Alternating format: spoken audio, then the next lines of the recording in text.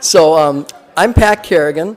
I'm Organic Consumers Association Retail Education Coordinator, and then I represent OCA, coordinating our Safeguard Organic Standards campaign. So as part of that, I go out to the NOSB, National Organic Standards Board meetings. I've been going for about 3 years, and I just have to tell you, watching Jay Feldman operate on the board, his passion, his eloquence in defending organic, both in terms of the Organic Food Production Act, the letter and the spirit of the law, against all the corporate, yes, corporate shrills, thank you, was amazing. And so OCA, we work with Beyond Pesticides on a few different areas, suing Monsanto for inaccurate labeling, suing honey producers for having glyphosate in their honey, and then working with Drew on the pesticide mapping project. And so it's just, I can't tell you how great it's been developing this partnership, with, all right, brother, with Beyond Pesticides. And then before we kick things off, I just wanted to say one quick testimonial about how Beyond Pesticides has really helped the Twin Cities. So I was working with Joan Hargrave from the Beyond Pesticides Minneapolis chapter, and then also with Erin Roop. I wish we had another chair up here for Erin, because she's with Pollinate Minnesota. And so anyway, we're working on this pollinator-friendly resolution. And so I called Drew, and I called him several times.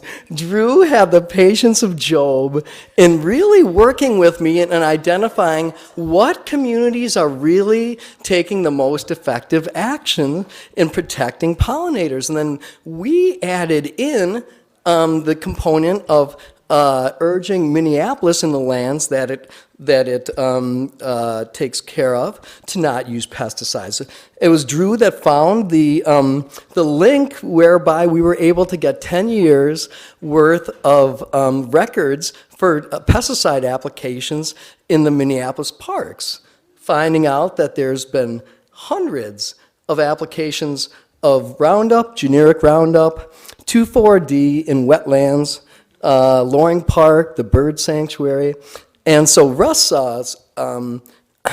Henry, is doing a fantastic job in terms of educating the public about, the work we need to do to get pesticides out of Minneapolis parks. So anyway, without further ado, let's launch into our speakers. First, we have Patricia Hauser. Patricia was the real trailblazer in terms of pollinator-friendly resolutions with the city of Shorewood. She's co-founder of the grassroots 100% volunteer nonprofit bee/pollinator protection advocacy group, Humming for Bees. Maybe she'll tell us how she came up with that great title. And so anyway, so she runs that, and she helped get going with her husband and then several other community members. So in 2014, Humming for Bees worked with the Shorewood, Minnesota City Council to ban systemic pesticides, including neonicotinoids, on city property, and passed the first bee-safe city resolution in the state of Minnesota. Isn't that great? Yeah, let's have a round of applause for leading the way. Thank you, Patricia.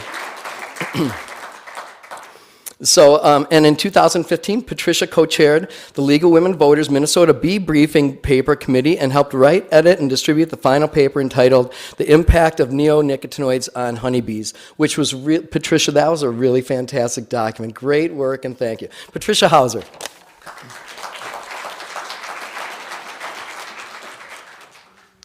I think I'll start by telling you how we got the name Humming for Bees. We got it when we started, we brainstormed all these names that we thought would be just great. And actually, when we went to take them for a domain name, they were all taken. So we went back and actually we couldn't get a hold of any of the other members, so Jeff and I that day said we better choose something quick before somebody else buys it up. And that's how we got Humming for Bees. Somebody said, why didn't you get Buzzing for Bees? We tried, it was gone. Thank you, Patrick.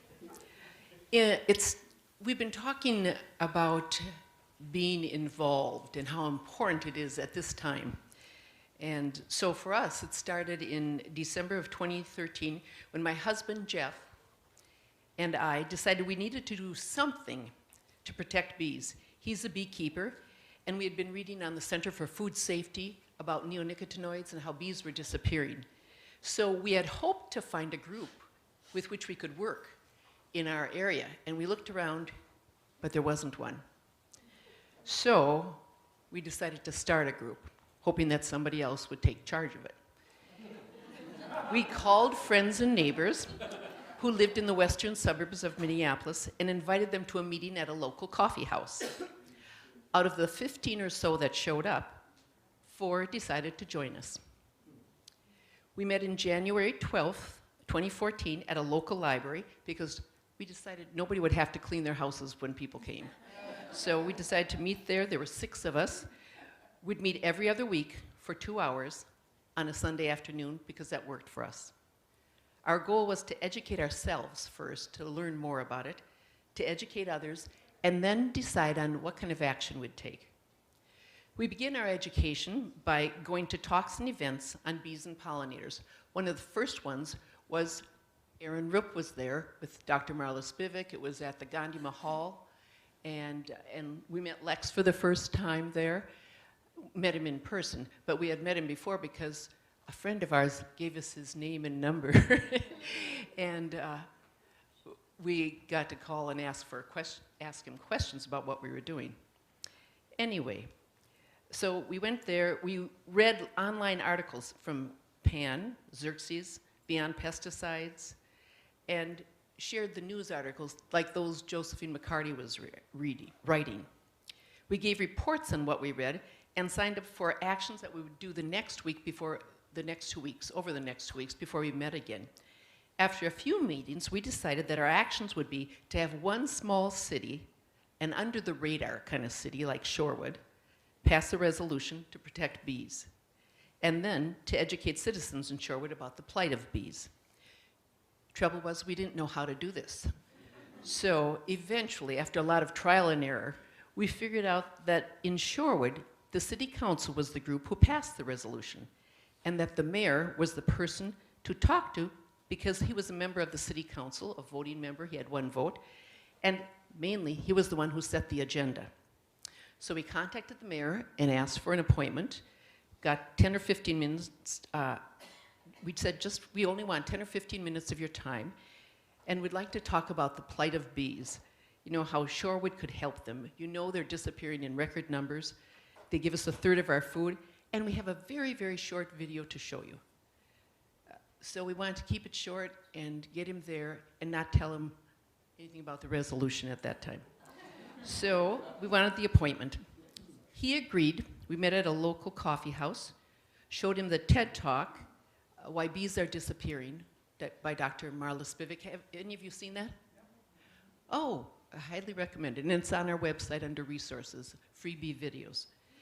Anyway, we showed him that TED Talk. It actually was 15 minutes itself. But we kind of shortened, we didn't keep in the questions at the end and shortened the first part. And then we gave him 3 sheets of paper because it wouldn't be too much to read. One was a Beyond Pesticide sheet, and actually PAN was part of that, and Center for Food Safety was also part of that one. And then asked for 45 minutes at a city council meeting so we could show the TED Talk, do a PowerPoint, and present a resolution to protect bees. He said he didn't even give the state senator 30 minutes. But he would look over the literature and consider it. I followed up with a thank you and then detailed what we had talked about regarding the bees. Called back a couple times. And then the next step that we decided we would do is educate the citizens in Shorewood. And so we created that Be Safe Yard sign. We figured out that it could be seen from across the street by anyone driving a car. so they could be able to read it without stopping and ask about it. We invited friends and neighbors to our homes to watch the award-winning documentary, Vanishing of the Bees. We kept it very simple. We said, oh, just come, no fuss, no muss. We'll just serve organic popcorn and water. You don't have to bring anything. It's just, we want you to see the movie and talk about it. We invited more than we could hold in our living room because we knew that not everybody could come. And we had it on several different occasions. So we had several showings of it. And afterwards, we'd talk about the movie, and then we would show our Be Safe Yard signs, or we had one in the yard, they knew it, but would tell them how they could get one. And the way they could get a sign was to to sign a pledge. Then they were eligible to purchase it for $5. That year, it was kind of a loss on the money, but the next year we doubled our money, we raised it to $10. So, takes care of it. In time, we were invited to do presentations, and we sought out tabling events. And at both talks and tabling events, we introduced people to the problems bees were having and sold signs to anyone who was willing to sign the pledge. Signs began appearing around the neighborhood and in other cities, and this meant the city council could see the signs as they drove around the neighborhood.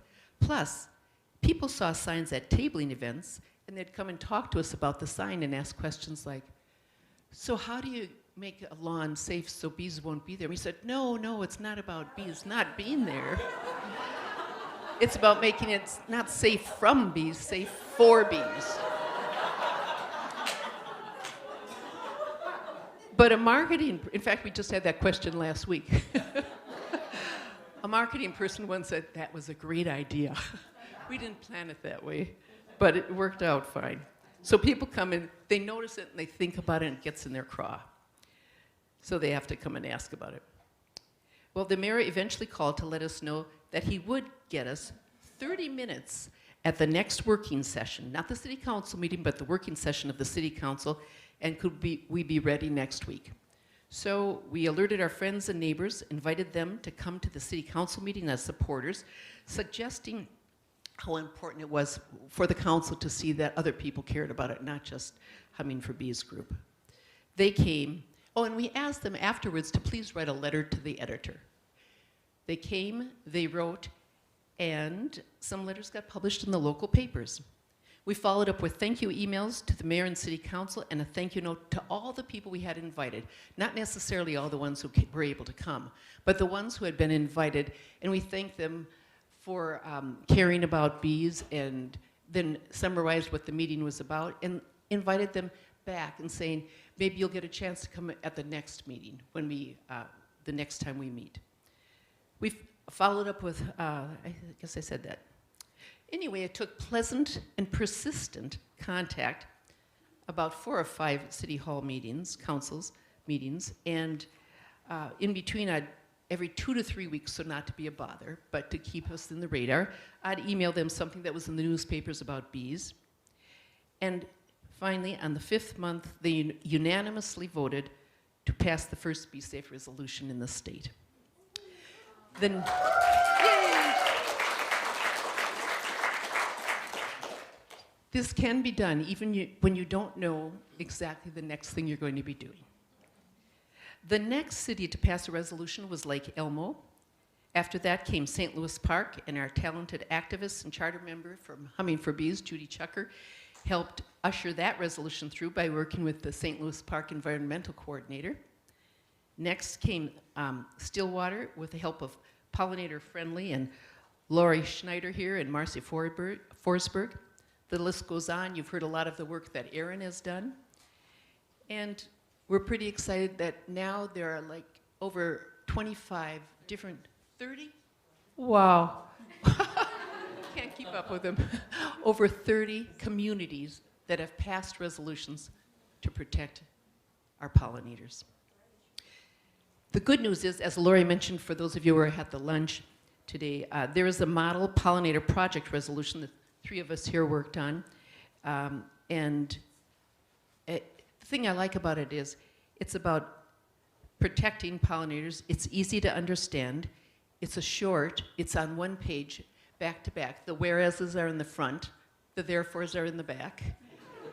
And then there's also an attached sheet on the called the WIA, the Worldwide Integrated Assessment, which explains 3 of the whereases.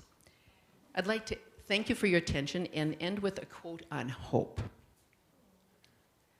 Hope by Václav Havel. Hope is an ability to work for something because it is good, not just because it stands a chance to succeed. Hope is definitely not the same thing as optimism. It is not the conviction that something will turn out well, but the certainty that something makes sense, regardless of how it turns out. It is hope above all, which gives us the strength to live and continually try new things. Thank you.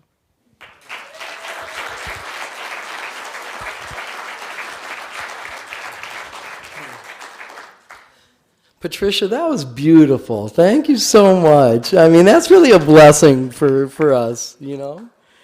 So, all right. Well, next up on our community-based change makers is Lori Schneider. And Lori is the co-executive director of Pollinator Friendly Alliance, which is based in the St. Croix River Valley of Minnesota. The Alliance protects pollinators through public education programs, awareness events, community engagement, habitat restoration, and reducing pesticides. She's been a volunteer for conservation and animal rescue efforts since she can remember, and most recently, founder of the Pollinator Friendly Alliance. Ms. Schneider has an innate relationship with the natural world and strives to protect pollinators suffering steep declines in their population. And I just have to add one quick note. No one throws a pollinator party like Lori Schneider. Oh, they are so amazing. Great music, great food, speakers, politicians, you name it. Take it away, Lori. All right, thank you, Patrick. And there's beer there. I'm going to start with kind of a little anecdote. So last week I planted some trees at my place. They were bur oaks. Some folks might choose a prettier tree, but the bur oak is the mother of all trees, I've recently learned from Steve Tomford, ecologist.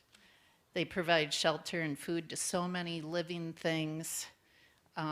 They just live upon its earthly body. The bur oak is an amazing tree, from tadpoles to fungi to beetles to the bur oak.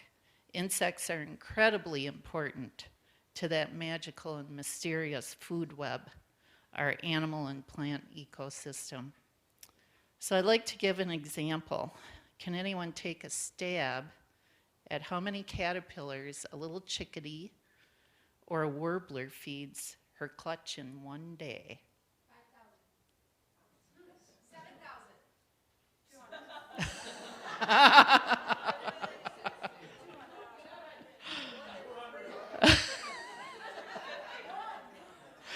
Okay, it's no one got it. It's between 500 and 900. Okay, for one little nest every day, all those caterpillars, right? So some vegetation cannot support or feed caterpillars, but native willow trees can, for instance. They can support over 450 species of caterpillars, in fact. So it's really important that there's biodiversity in tree species and in our ecosystem. Open spaces are really critical for biodiversity. So for many people, people in this room get that, but it's a paradigm shift to begin thinking in these terms. And that's a big part of the work that we do, is trying to help people understand that this is what has to happen. It's a new way of thinking. So people need to have it's sort of an emotional attachment, and it has to be meaningful. Our tagline is "Join the Hive." And we came up with that because we think people need to feel a part of something. They want to be part of the club, kind of you know, the popular club that goes to the fun parties.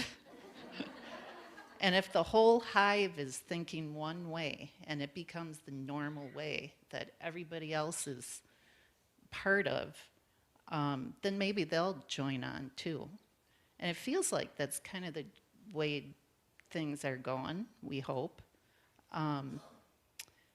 So like in that food web, you know, we strive for citizens, cities, businesses to create a community web.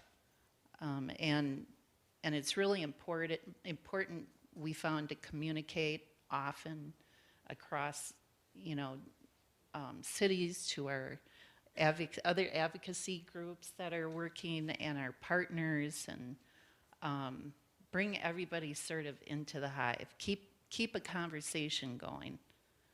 So local change really means getting invited into that party.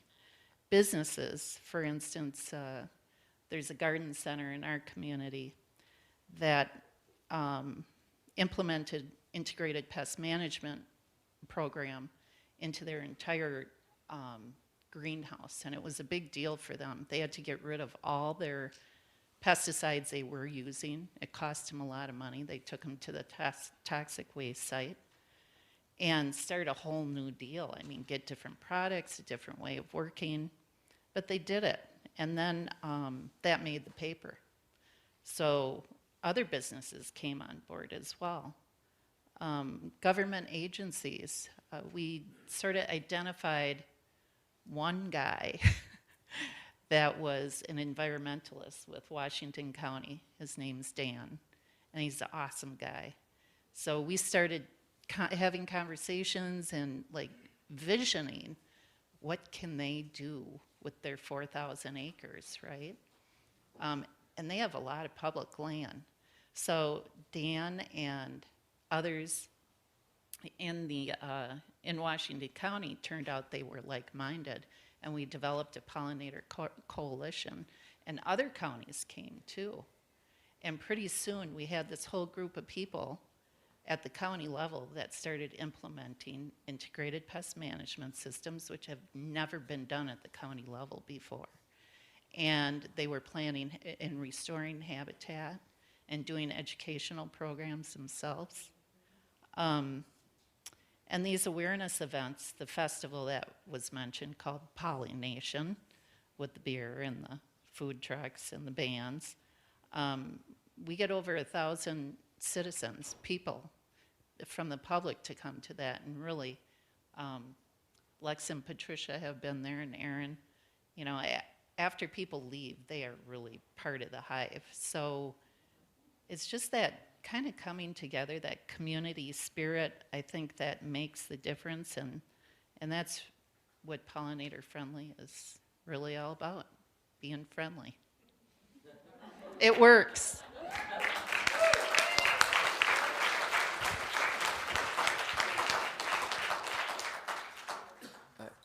Thanks so much, Lori. And next up, we have Lex Horan. And Lex is an organizer with Pesticide Action Network North America, Minneapolis office, where he leads PANA's Minnesota campaigns. PANA works alongside those most impacted by hazardous pesticides, family farmers, rural communities, beekeepers, and native communities to take back our food system from pesticide and biotech corporations. Lex was born and raised in St. Paul, Minnesota, and he has been part of the movement for social justice for the past 10 years.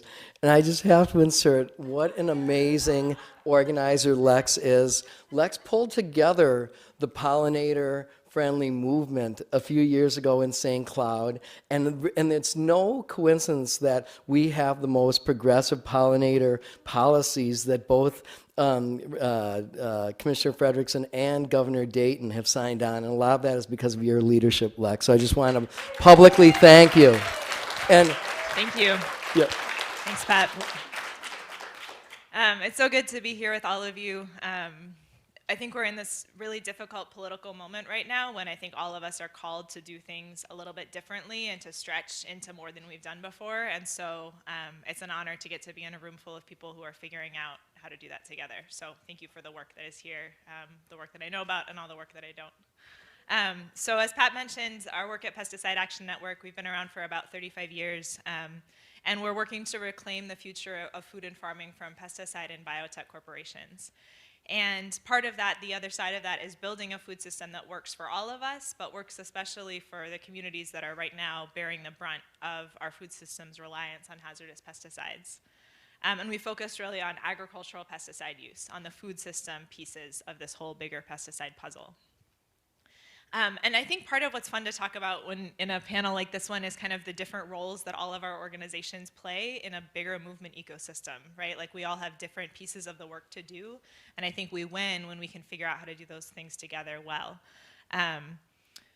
So I don't do local organizing directly like these amazing folks that are on the panel with me, but I think I see our role at PAN as actively allying and fighting alongside the communities that are on the front lines of these issues. And when I say that, sometimes I realize I kind of throw that out without actually talking about what that means to us or why we do that. Because all of us, of course, are exposed to pesticides, right? They're in our food, they're, as we've talked about all weekend, they're in the world we live in. And whether we consent to that or not, right, they're here.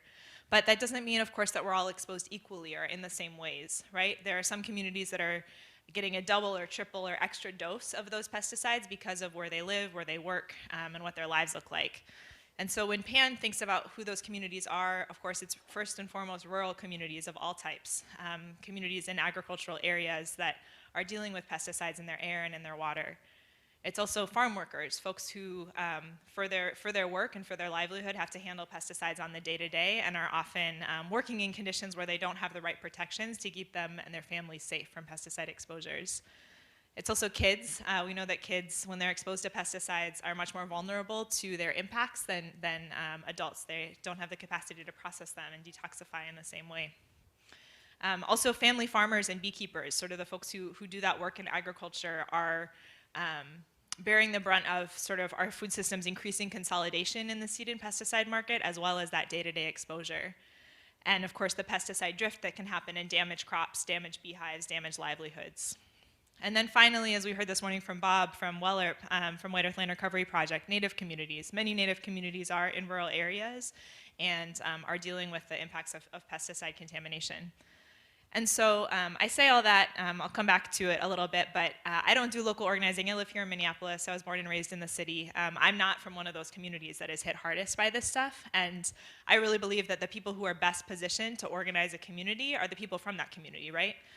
But that doesn't mean that every one of us doesn't have a role to play in that work. And so I also believe that every community has some people in it who want something different, who want a better food system. And they might not talk about it the same way that I do, but every community has those folks. So that's a little bit of sort of how we approach the work. And I think another part of our assumptions about the work is that good science doesn't just automatically create good policy, unfortunately. That has always been true, and I think, again, we're in a political moment where it's especially true. And I think what does make change, what does make good policy, is when we put effective pressure on our decision makers and when we give them the opportunities to do the right thing, to create the kinds of policies that are going to protect our communities and our pollinators. And so what does that look like, to get a little more specific about kind of the examples we've been talking about? I think of PAN's role as kind of funneling the power that people are building on the local level so that it can be effective in shaping state policy change and federal policy change. And really those processes of state and federal policy change are extremely non-transparent and only becoming more and more non-transparent. And so we have to be in it together, figuring out how we can affect them, because they are not actually built so that we can meaningfully participate in that process.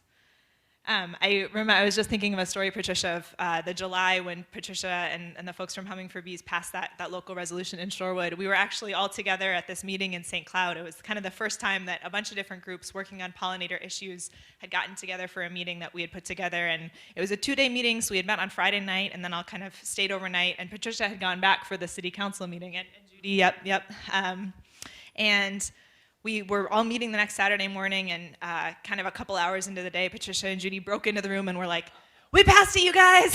And it was this beautiful moment when everybody else in the room got to hear the story and learn the lessons of the local organizing they had been doing. And of course, since then, however many, it's like 20, 30, 50, I don't know. All the local resolutions that have been passed have become an important part of the state policy process. We've worked to make sure that some of the key legislative districts that we really need to move if we're going to win on the state level, that cities in those communities and counties in those communities are passing resolutions. So it's both where there's momentum and also where it's important if we really want to win at the state level. Pan, I've been doing this work at the Capitol around pollinators and pesticide issues here in Minnesota for about 4 years, and of course, again, with many others in this room. And when we first started talking with folks at the Capitol about this issue, we heard a lot of, the science is still out. We don't know enough to take action, right? Has anybody ever heard that on anything, right? You're like, I'm not even gonna raise my hand. Yes, all day. And that was where we were starting from. And so of course what that tells us is just that we have work to do. And so over the next 4 years, this coalition of groups, many of whom are in this room, did all sorts of different things to change that political reality. So we worked a lot with our Minnesota Department of Agriculture in lots of different ways. We met with them regularly, the Department of Ag. We know that the pesticide industry is in regular meetings with our Department of Ag, and so we said we would like to do that too. We want to be in the conversation. We send them studies all the time. Anytime I saw a new good study on what was up with pollinator issues, I sent it their way. And they were in the process of doing this review of neonicotinoids, which is sort of the opportunity that we were working with.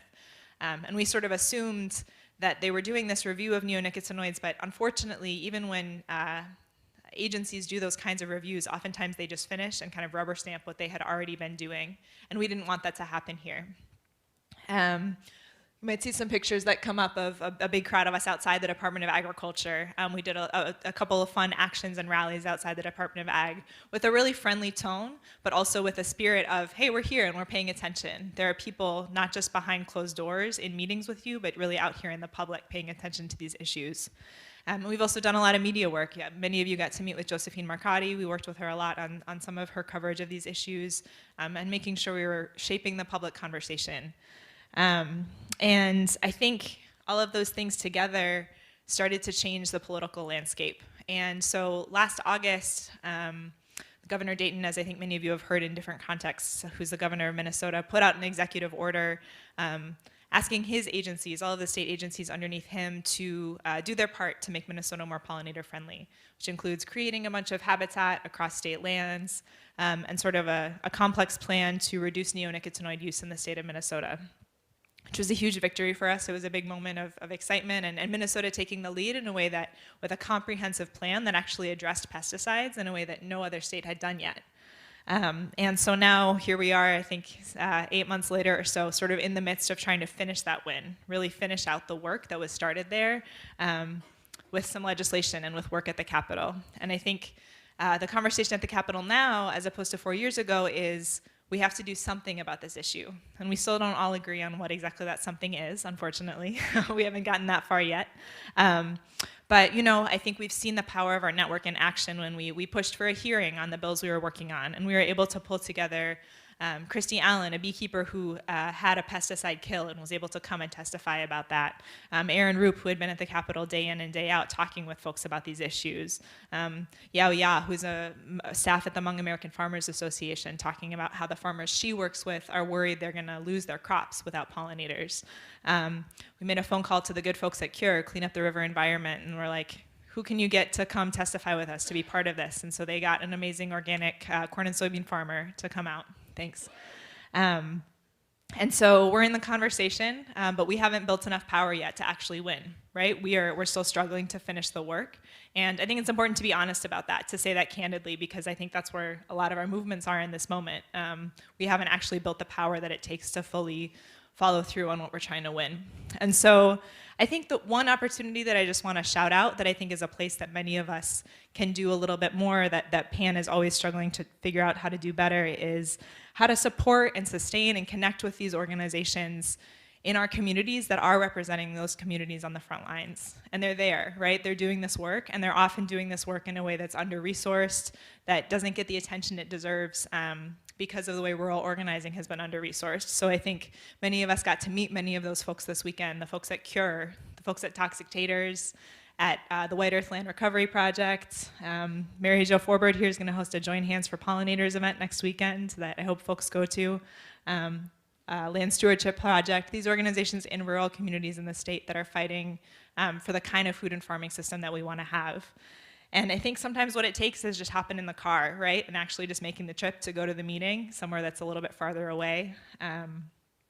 And really figuring out how are we going to build across these rural and urban divides. And I think the piece that I want to end on is I think we need to build a unified movement, a unified and powerful movement. And I also really believe that that doesn't mean we have to pretend that there are no differences or that naming our differences or acknowledging them makes us weaker. I think the question is, how do we build a movement that's really able to name the power differentials, name our histories, and then build something that moves forward powerfully from there so that we can win the kind of food system that we really want to have. Thank you.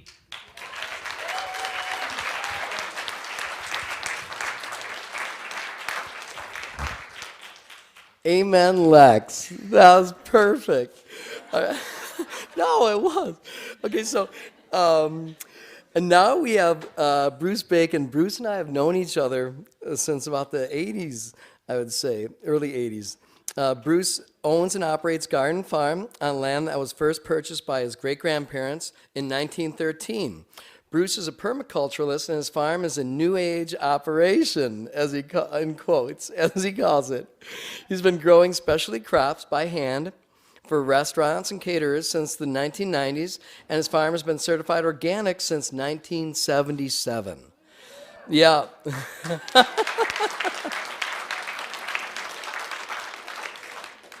In 2015, the University of Minnesota Extension Services named in the 2015 Farm Family for Anoka County. Named Bruce's farm the 2015 Farm Family for Anoka County.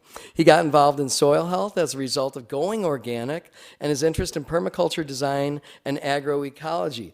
I was up on Bruce's farm just a few weeks ago. My stepdaughter's getting married on his farm in August, and it was so amazing because here we are. Bruce has mentored so many young people in both growing and marketing organic herbs and vegetables. And so here I am up there with an herbalist who I used to work with in produce at the Wedge in the 1990s. She was there with several of her students. We were planting oats and a bunch of other plants for medicinal tinctures. And they were explaining to me Bruce's production techniques for getting the beds ready so that they don't till and just keep on building the soil and not disturb the soil structure. And so Bruce is a real pioneering organic farmer. It's really an honor and pleasure to have him as part of the panel.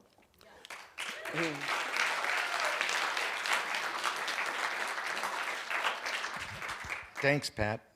It's swell to be here with my peers and to be in the time when recognition for so many people's efforts on biodiversity and complex issues is rising, and it gives me hope.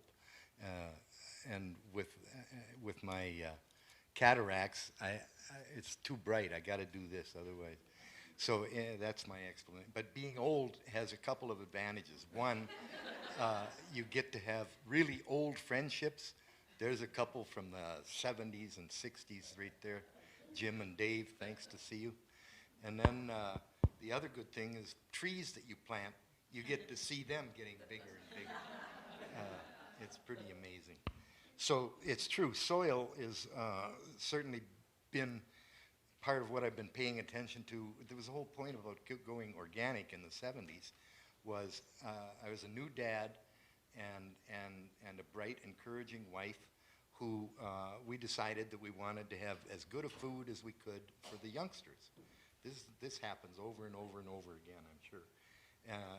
But I would mention that one thing that was different, my wife was a Montessori teacher, and so when I said, well, we want to have good food for our children, she pointed out, it's not just our children, Bruce. We want it for all children. So, hats off. Okay, I get it. It reminds me of, I went to college in, I went to college in University of Oregon. It started here at Minnesota in the 60s. And then the Vietnam War came along, and it was not very difficult to think, do I want to go to war or do I want to be on a college campus? So I figured that out. And, and one of the people I read at later in that time was an ecofeminist from France named Lucy Irigaray, who defined feminism as a form of dementia that has the symptom of not being able to speak out loud anything that has not been spoken to you, which struck me as quite a fanciful kind of definition. But then I thought right away of locker room talk, and then ultimately advertising is a repetition of slogans. And any ism tends to be a repetition of slogans. So I remember this from that early time, so I'm sharing that with you in case you might have missed that. And then on soils, didn't we used to go to OGBA? Didn't I used to see you at Organic Growers and Buyers? Well, that was the era of what I call homeopathic soil remedies. There was kelp or granite dust or bat guano, or there were these remedies that people, and what was the science of it? We didn't know until 30 years later when the technology got fine enough to show us what we couldn't see. We had some wonderful talks today about the magnificence and the complexity of what we can't see, and it's been a real help for that. And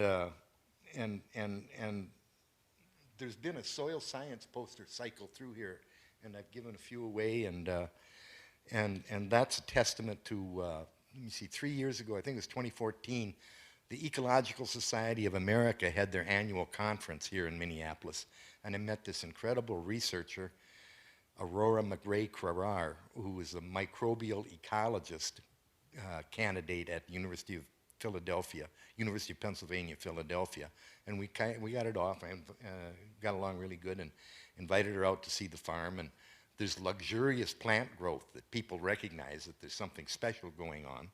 And what it is raised bed, continuous mulch, hand tillage gardening. So we don't even walk on the beds. We walk in the aisles, and typically in the fall, in the aisles, the mulch settles, and in the fall we'll put down a layer of manure, a thin layer of manure, and cover it up with hay, because nobody likes to walk around on poop. And we'll fill it up with hay, and it biodegrades over the winter, and the snow pushes it down.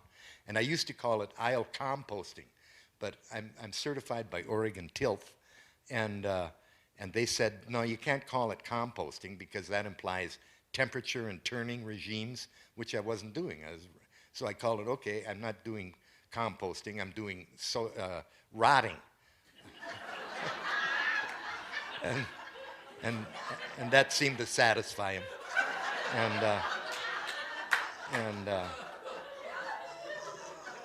But it's a really good system because it rots in the aisles, and then typically every once in a while the beds, I don't have hard edges to the beds, they're just dirt piled up, soil piled up, and so it tends to melt and run off as time goes on. And so when the time comes to renew the bed, you dig out the aisles where it's all this rotted material and put it right on the bed. You don't have to make a pile of it. You don't have to move it around. It's right there. You put it on top of the beds, you're ready to go. And that's one thing I learned from permaculture is that if you're making piles, you're making a mistake, because what's true about a pile is it demands you to pay attention to it subsequently. So the whole point is to distribute it and put it someplace where you can use it without having to make a pile. And I found this out especially when I was building my first rock house. And to make a temporary pile of rocks is definitely a wrong move. So it's slow learning. But I want to share with you, with the next couple minutes, what I learned about systems the same time I was learning about French ecofeminism, is Norbert Wiener coined the word cybernetics, and he got started in Princeton Center for Advanced Studies doing computer development to aim the radar anti-aircraft weapons, and with radar gun sights, and that involved the computation to do the aiming. And his definition of system, I'd like to share, was a region. A system is a region in phase space. phase space is the electromagnetic spectrum. X-rays, sunlight, radio waves, that's the electromagnetic spectrum. And he said it's a region. A system is a region in phase space. Bucky Fuller, you've all heard of him, who did the geodesic domes, I'm sure. His definition of system was, system is the first subdivision of the universe, divides the whole universe into inside the system and outside the system. The point is we've got boundaries. It's a region and it's bounded. And the third guy is another physicist's son. His name is temporarily escapes me. Freeman Dyson was his dad, a physicist, I think from Yale. George Dyson said, the environment of every system is other systems. So I offer this as a comment. We're always talking about systems. An ecosystem was the first example, the first common example that people had of a system. So I just offer this cautionary tale about how you think about a system. It isn't some particular complex feature. It's these rules, very abstract rules of how you think about a system to separate it from whatever else is going on. And typically what happens, everybody knows you move some part of a system and the other parts change because it's a system. So we're all used to that part. So that's some of the things that I've tried to apply in my, out of my experience, and it's why I'm really encouraged and really hopeful and to be sitting with you, and all your work and that I heard today was kind of confirming of a direction that I followed, just following the organic agriculture movement. It makes me happy that I was able to do that, and thankful for the many encouragement and many interns that have helped over the years as well.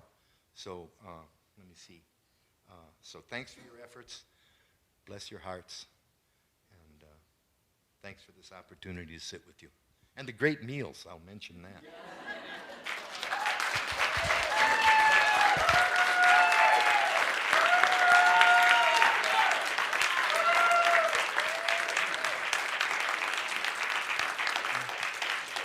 I wish we could just keep going and going, but it's getting close to 8 o'clock, and so we have time for a couple of questions. So any burning questions out there in the audience?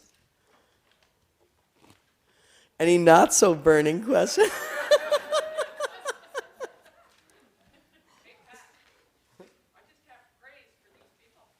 Aren't they the best? Yeah. This is a panel of superstars, and I am just so honored to be able to work with them and just be regularly, moving forward together. I couldn't agree more. I have one question way from back in the back here. Awesome. Okay. I'm wondering, since we've known about some of the toxic impacts to humans of these pesticides for so long, it seems like people are rallying around pollinators in a way that sometimes they don't around human health. And I'm wondering if any of you who are organizing around pollinators can speak to that, about this being kind of an organizing principle that can help gather folks who aren't coming in just on the toxicity to humans. I have many feelings about that. So yeah, I focused a little on pollinators here because of sort of who I'm in conversation with and what I've worked most with these folks on, but a big chunk of my work is about pesticides' impact on human health. And I work a lot with Bob, who you all heard from earlier today, and the folks from Toxic Taters on the pesticide drift issues up in north central Minnesota and on the White Earth Indian Reservation. And I don't have answers around that, right? I think mostly it's just a big question for me about, I think we are seeing huge numbers of people who are really getting energized around the issue of pollinators, and not just more than pesticides in human health, but more than maybe any other issue, period, right? Like we did a poll, a coalition that we're a part of did a poll here in Minnesota that found that pollinator decline is something that 87% of Minnesotans are concerned about, which is above any other environmental issue, including drinking water. Which I'm like, great, I'm also concerned about that. And I'm like, I don't know exactly what it is, right? And my hope is that we do the work in a way that for folks where this is their entry point, it opens up into a movement that's much broader, right? A movement by understanding what's happening to pollinators, we also understand the outsized role that pesticide corporations have in our food system. We also understand that pesticides come to market without accounting for pollinator impacts, but also without accounting for human health or the well-being of local communities. And my hope is that we really do have, as we sort of have more and more victories in the pollinator part of this movement, that those folks who have gotten involved that way stay involved in the rest of the work. I think I've definitely had my own frustrations about why is it that we can turn out 200 people into a room to talk about pollinators and we have a hard time getting 10 to talk about human health, you know? And I think one thing I'll say about that is I do think talking about the human health impacts of pesticides is like really hard, especially for communities who are facing those health impacts on the day-to-day. A lot of I think there's a really human instinct to not take in all of that information, because especially when people feel powerless about it, right? And so I have a lot of compassion for that. And as somebody who doesn't, again, live on the front lines of it, it's not my place to say you should be more worried about this. But I do think for all of us, it's how do we have that conversation about pesticides' impact on human health and on local communities at the same level. So more questions than answers. And sort of on the other end of that, too, we're asked to pollinator-friendly deals with pollinators. So, you know, I love bees, but I'm a beekeeper, and most people think of the monarch as sort of the flagship species and the honeybee. So a lot of times we have to educate them about the fact that really wild bees are the insects and the animal that is doing most of the pollination in the world. And we have to relate that back to, you know, they're responsible for your food supply. So no bees, no food, and also no beautiful natural environment. So although they're the flagship right now to do a lot of this environmental work, we still have to sort of tie it back to how it's going to affect them and their lives directly. Maybe not health specifically, but food and environment. And I just want to add, one of the things that we would say to people when they'd come up and talk and say, well, do you like apples? Do you like peaches? Do you like almonds? Do you like coffee? And they would say, then thank your pollinators. Thank the bees. Thank the other pollinators. And so that they'd have to look at, do we want to poison these creatures? And do we want our food poisoned? It would lead to conversation like that. Great. Are there any, Bruce, do you want to add to that? Yeah, I'd like to comment about one direction that I think is important that's just emerging that has to do with both pollinators and food and the localness of it, is that there's, and I reflected a little bit like in the early days of the soil, trying to understand soil movement, I thought it was like homeopathy. Well, and now the interest in health and homeopathy for humans is certainly increasing for a lot of different reasons, not the least of which is Chinese traditional medicine. People don't like to take powders from China, so it's important to try and produce locally, if we can, species that are in the Chinese pharmacopoeia. And I think that my prediction would be is that locally produced herbs is going to become a new growth area. If anybody's looking for a hobby to earn money at, I'd suggest you, because it intersects with pollinators, the native herbs, medicinal herbs are prairie native plants and woodland plants, and then weeds in our garden, the European weeds, a lot of those are medicinals. And then besides that, as I said, the traditional Chinese medicinals. So there's like those three areas. And any of the small herb shops in the Twin Cities area are potentially customers. And so we're trying to develop herb planting at the farm where I live. All right, well, it's a little bit after 8, and so I just want to thank, and let's have a big round of applause for our panelists. Thank you all for your great work.